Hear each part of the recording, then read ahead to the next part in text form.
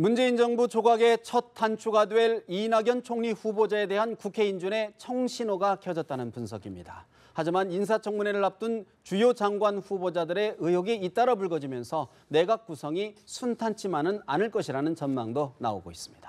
최진영 변호사, 현경병 성균관대 초빙 교수, 양문석 공공미디어연구소 이사장 세 분 스튜디오에 모셨습니다. 어서 오십시오. 네, 안녕하십니까. 먼저 문재인 대통령의 이야기를 먼저 좀 해봐야 될 것 같습니다. 사드 발사대 4기가 비공개로 추가 반입돼 있다는 사실 진상 조사를 하라 문재인 대통령이 전격적으로 지시를 했는데요. 문재인 대통령의 이야기를 먼저 듣고 대담 추가로 진행합니다.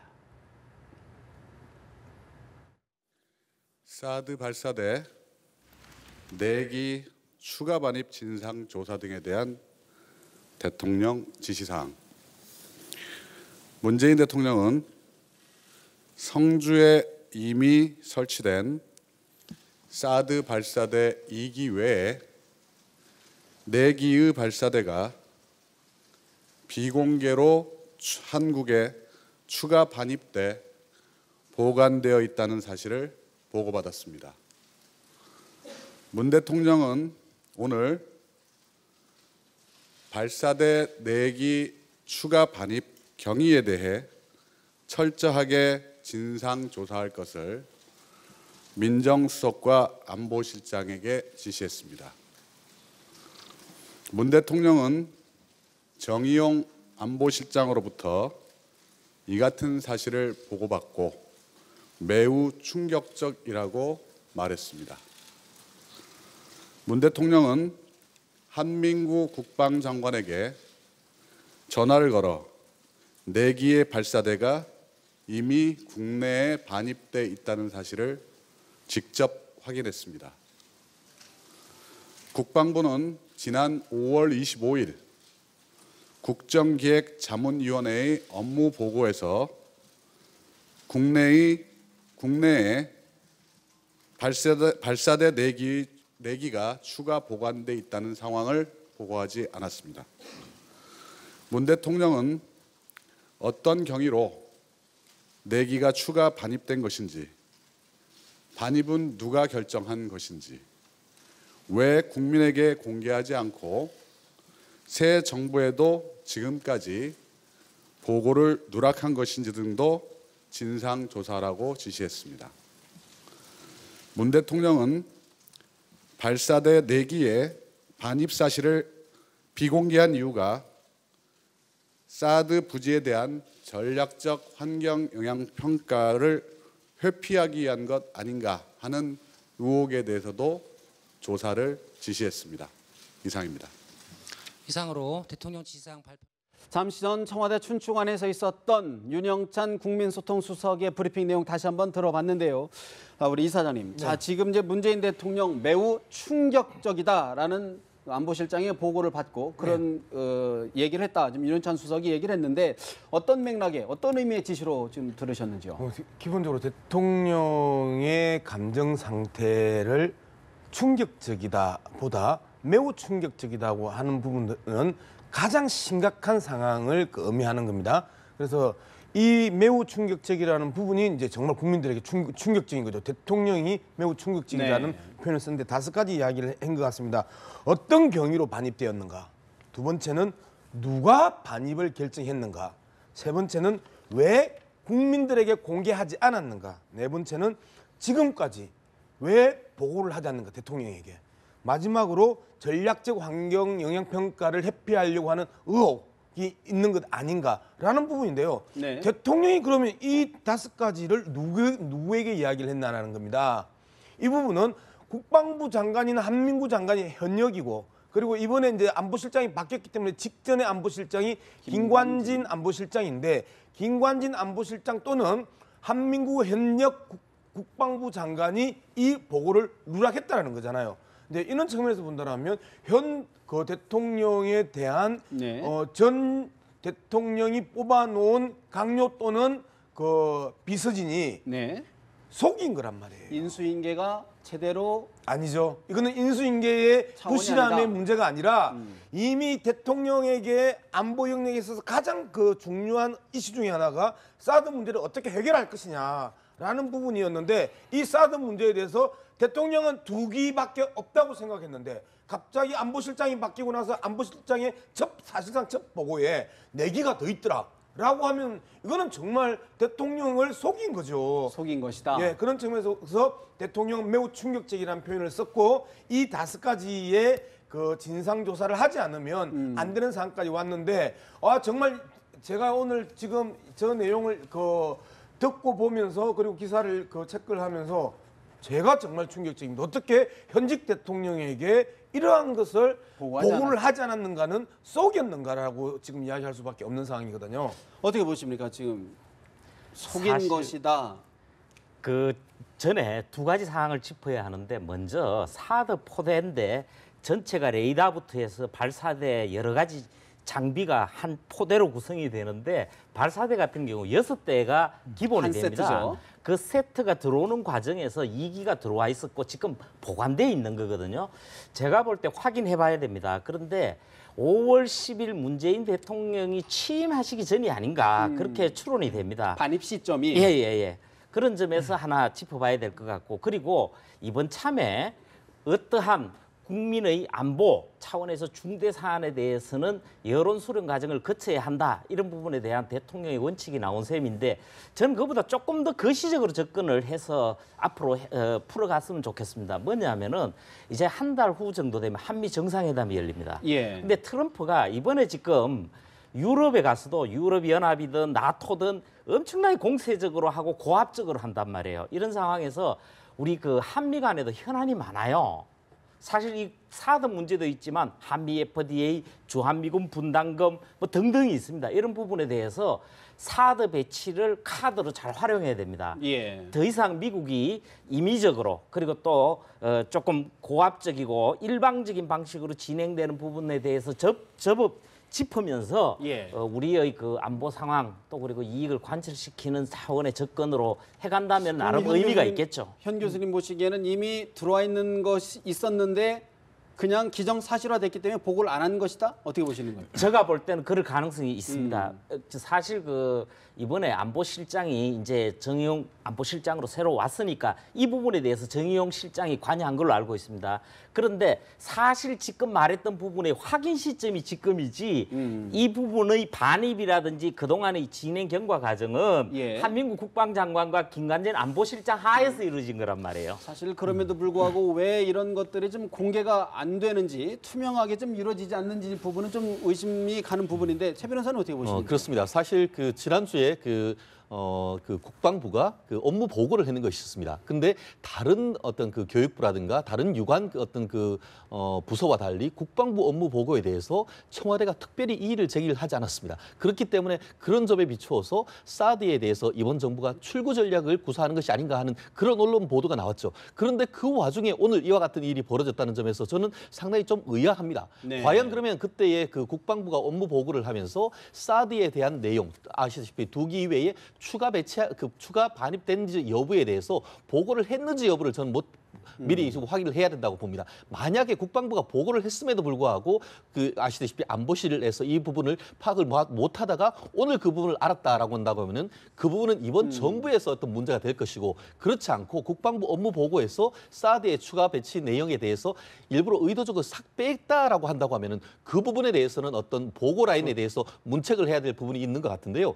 아시다시피 기본적으로 어떤 전략 자산의 배치와 관련해 가지고는 원칙적으로는 어떻게 보면 그것이 대외 안보죠. 마치 이제 보면 미국 같은 경우에도 텍사스라든가 아니면 괌에 있는 그 사드 기지에 대해서 원칙적으로 비공개를 해왔지 않습니까? 네. 다만 우리나라 같은 경우에는 찬반이 워낙 치밀하게 배치되다 보니까 그와 같은 속에서 어떤 국민에게 어떤 알려야 되는? 알 권리를 하는 차원에서 했었었는데 이미 지난번에 물론 4월 26일이었습니까? 심야에 배치했는 점이 밝혀졌기 때문에 후속되는 것까지 다 밝혀야 되는가? 아니면 그런 부분에 있어서는 아마 국방부의 실무적인 고민을 했지 않을까 싶습니다. 사실 이제 그런 부분을 국민들에게 알릴 필요까지는 없겠지만 대통령, 군 통수권자인 대통령한테는 좀 알렸어야 되는 측면도 있는 것 같은데. 예, 그러면 이번에 이제 그 발사대 2기가 들어왔다고 국민들도 알고 있고 그다음에 국회에 국방위 위원들도 다 그렇게 알고 있었고 대통령도 그렇게 알고 있었는데 내기가 추가로 반입돼 있다라는 사실이 이제 밝혀지면서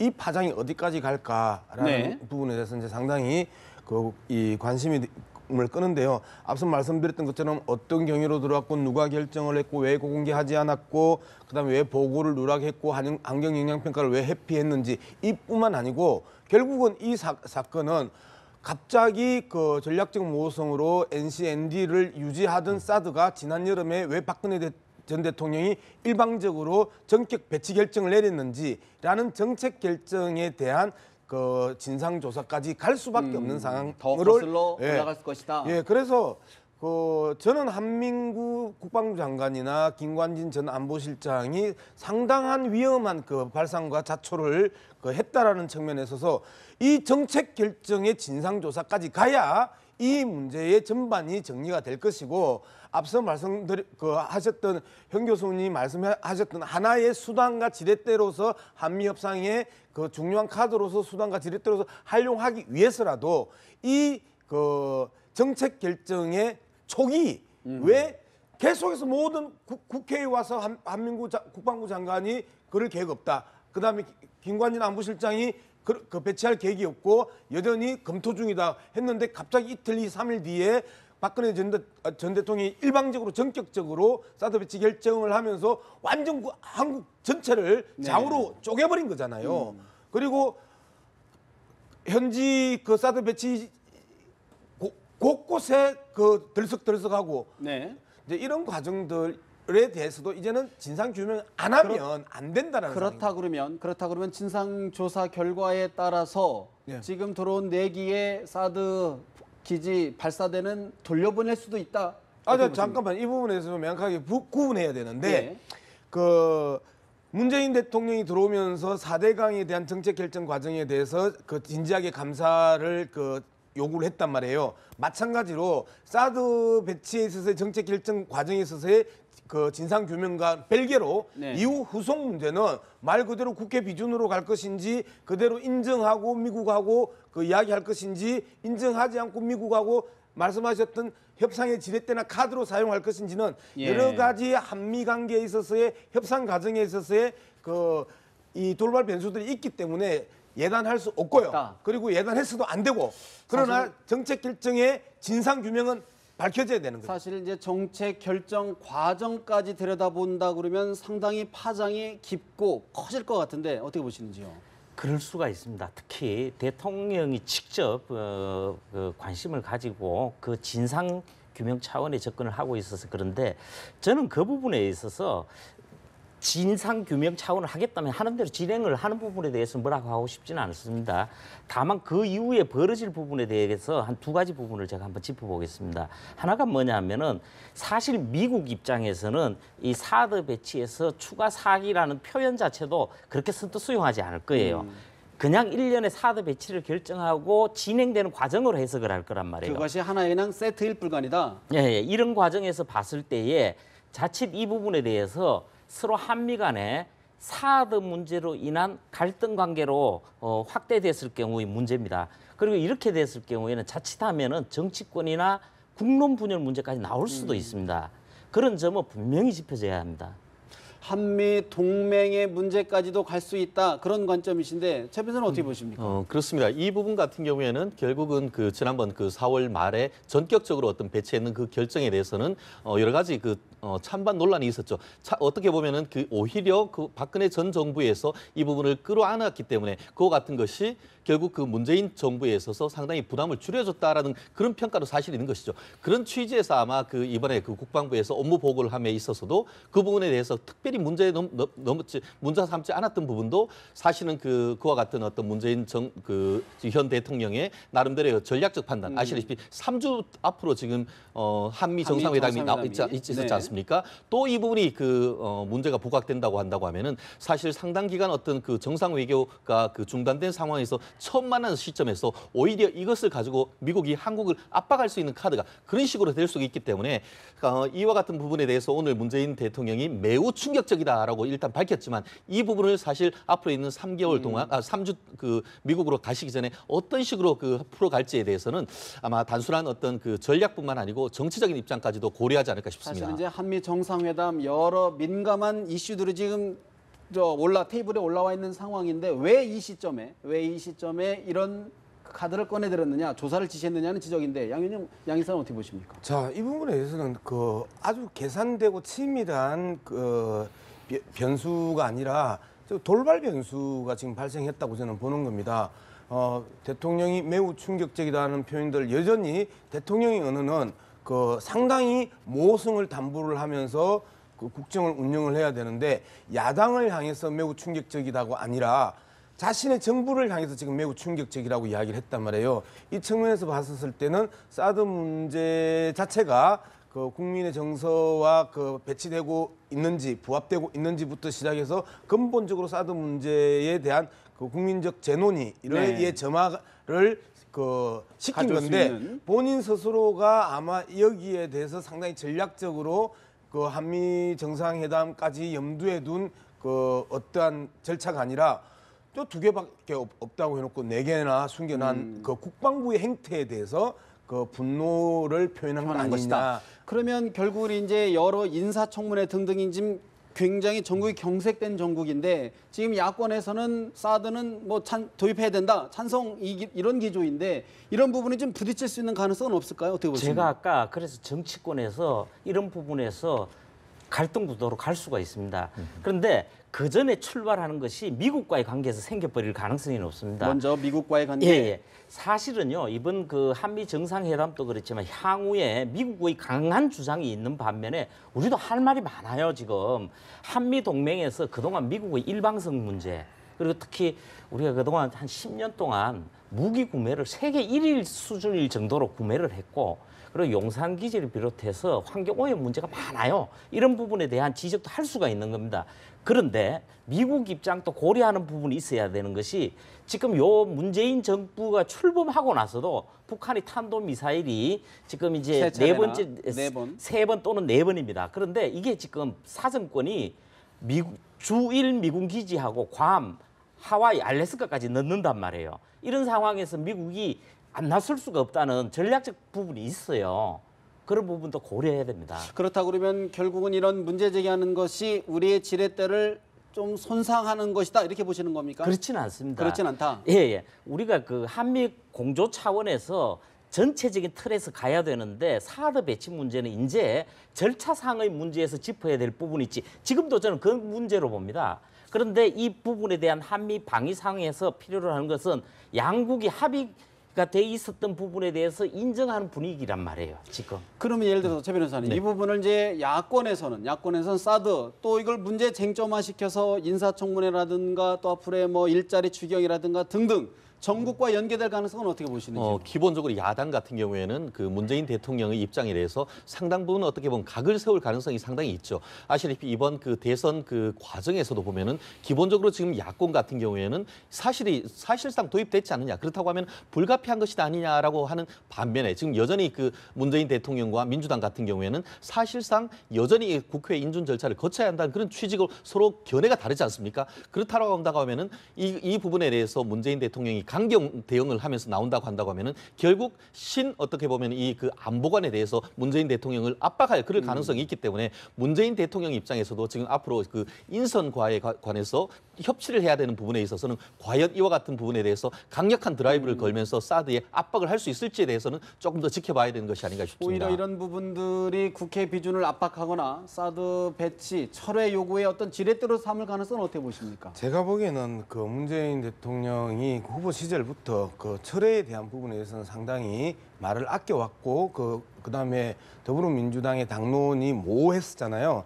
그런 측면에서 봤었을 때는 뭐 철회를 전면화시키기 위한 하나의 그 지렛대로 삼기는 어렵고 외려 결과론적으로 본다라면 자유한국당은 상당히 곤혹스러운 상황에 빠집니다. 첫 번째 그 불투명한 정책 결정, 사드 정책 결정, 그다음에 그 자유한국당 정부의 강요나 그 청와대 안보실장에 의한 국민에 대한 그 눈가림, 비공개 음모론, 그다음에 거짓말 이런 덤태기까지 자유한국당이 쓸 가능성이 높단 말이에요. 그렇기 때문에 오히려 지금 인사청문회 국면에 있어서 자유한국당의 강공 드라이브가 외려 강하게 꺾일 가능성도 있다. 국민들의 지탄의 대상이 그 지탄이 현 정부를 향해서 가는 게 아니라 자유한국당을 향해서 지탄이 날아갈 가능성이 있기 때문에 이런 측면에 있어서는 그 국내 정치에서는 불리하다는 거죠. 사실 그러면 문재인 대통령이 그거를 내부적으로 조사할 수도 있었을 텐데 네. 이걸 구체적으로 공개한 이유는 뭘까요?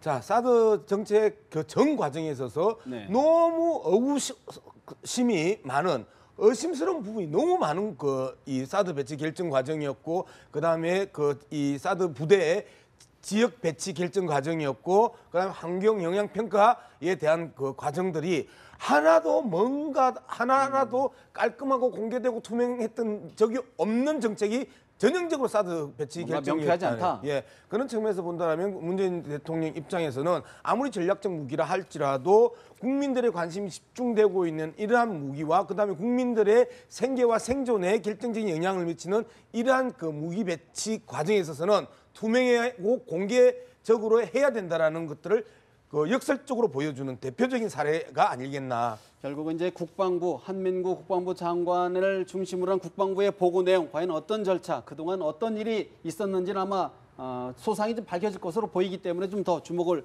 해봐야 될 것 같고요. 오늘 사실 오전에 문재인 대통령, 행정자치부 등 4개 부처 장관의 더불어민주당 현역 의원들을 내정을 했습니다. 강력한 개혁 드라이브 의지를 다시금 확인했다라는 평가가 많은데요. 현 교수님, 사실 이제 정당 정치, 청와대 책임 정치를 구현하겠다. 그래서 현역 의원들을 내각에 기용하겠다. 이런 취지인데 어떻게 평가하시는지요? 예, 원래 대선 기간 중에도 문재인 대통령께서 늘 말씀을 여러 번 했었어요. 이 정권은 앞으로 잡게 되면은 더불어민주당 정권이다. 지금 더불어민주당 정부를 실현하는 약속을 지키는 과정으로 볼 수가 있습니다.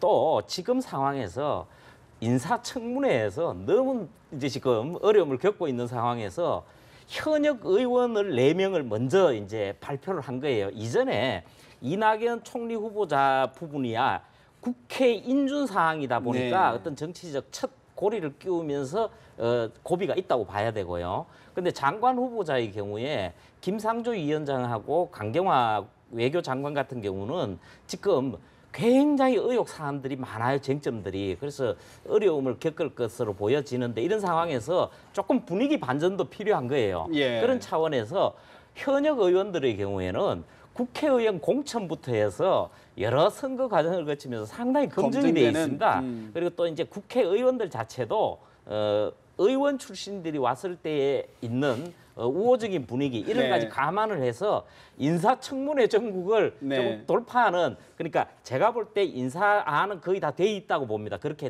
들려지고. 그런데 우선순위를 조금 조정한 바꾼 건 게 아니냐 아니냐. 이렇게 보여져요. 사실 이제 강경화, 김상조 후보자에게 집중되는 검증 공세를 좀 이렇게 분산시키자 이런 취지인데 어떻게 보시는지요? 그 이제 제가 보기에는 뭐 여러 가지 그 포석들이 있겠죠. 근데 이제 청와대는 굳이 좀 쉬운 통과는 염두에 두지 않았다 이제 이야기를 하는데, 누가 봐도 좀 쉬운 통과를 염두에 두고 던졌다고 보는 아무래도요. 거고요. 네. 그다음 지금 행자부 장관 지명자인 그 김부겸 의원, 그다음에 해양수산부 장관 지명자인 김영춘 의원, 자유한국당에서 그 활동을 탈당을 해서. 하셨다가 탈당을 해서 지금 더불어민주당에 이제 10여 년째 계속 그 활동을 하고 있는 의원들이란 말이에요. 이른바 비문 진영이죠. 대표적인 비문 진영이 아니라 대표적인 온건파들입니다.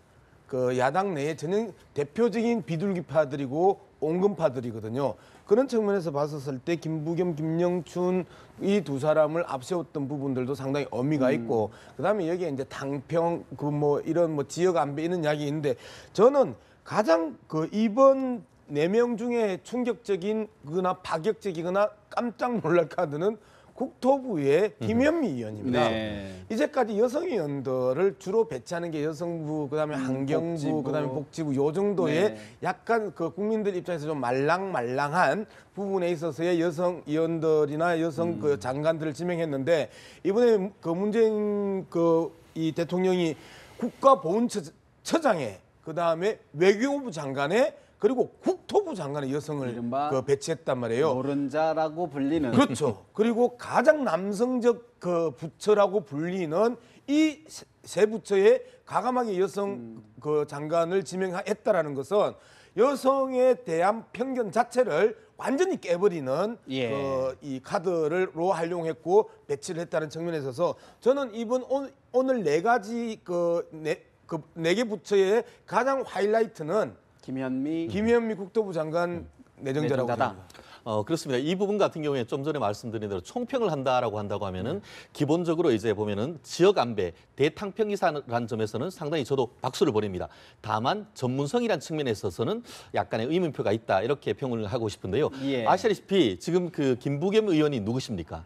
TK의 대표적인 그 정치인 아니십니까? 말씀드린 대로 그 김영춘 의원님 같은 경우에는 PK 부산 경북, 그리고 또 도정환 의원님 같은 경우에는 충청도, 충청권. 그리고 또 그 김현미 의원님 같은 경우에는 전북. 고향이 전북입니다.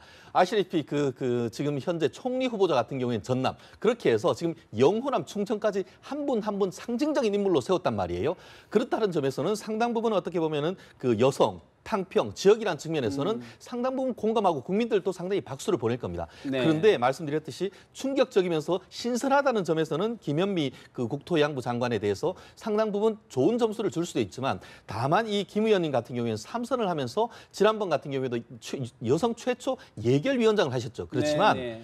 국토해양부와 관련되는 그 위원을 했다든가 어떤 전력은 사실은 제가 아무리 찾아봐도 없단 말이에요. 우리나라의 국토해양부에 대한 예산이나 이런 부분이 어마어마하게 크고 중요합니다. 그렇다는 점에서는 옆에 있는 차관이나 이런 분들을 통해서 전문성을 보완하는 추가적 인상이 있다고 하면은 나름대로 의미가 있지 않을까 싶습니다. 또 하나 이제 일각에서는 이렇게 좀 예상보다 좀 이르게 좀 앞당겨서 정치인 장관을 내각한 것이 이 아무래도 좀 이낙연 후보자 총리의 그걸 좀 앞당기기 위한 그런 분석인데 어떻게 보시는지요? 그 부분도 언론에서 다뤄지는 것 같아요. 그런데 제가 볼 때는 이낙연 총리 후보자의 경우에는 끝은 제가 볼 때 무리가 없다고 보고 있기 때문에 그 부분에 대한 고려도 있다고 하니까 그 부분은 저 인정해야 될 것 같고, 다만 이제 그 정부 인선 전체에 대한 흐름 문제입니다. 예. 사실은 그 김상조 공정위원장하고 강경화 외교부 장관이 장관급으로는 해가지고 첫 단추를 열고 있는데 지금 앞으로 남은 장관 강요가 많아요. 예. 그 20여 명이 훨씬 넘기 때문에 그런 상황에서 지금 벌써 이런 식으로 꼬여가서는 곤란하기 때문에 일단 분위기 반전을 만들기 위해서 했다고 봐야 되고, 사실은 이런 부분을 좀 생각해 봐야 됩니다.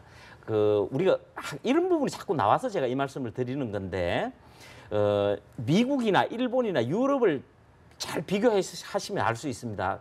특히 이제 우리가 전문성을 많이 예. 강조를 하는데 제가 볼 때는 차관급 이상은 일반성이 훨씬 중요합니다. 정무직에서는- 전문성을 가진 인사들은 제가 볼 때 국과장급이 가장 정확합니다. 외국에서는 실제 그렇게 합니다. 가장 중요한 것은 국정 전반에 대해서 볼 수 있는 능력, 예.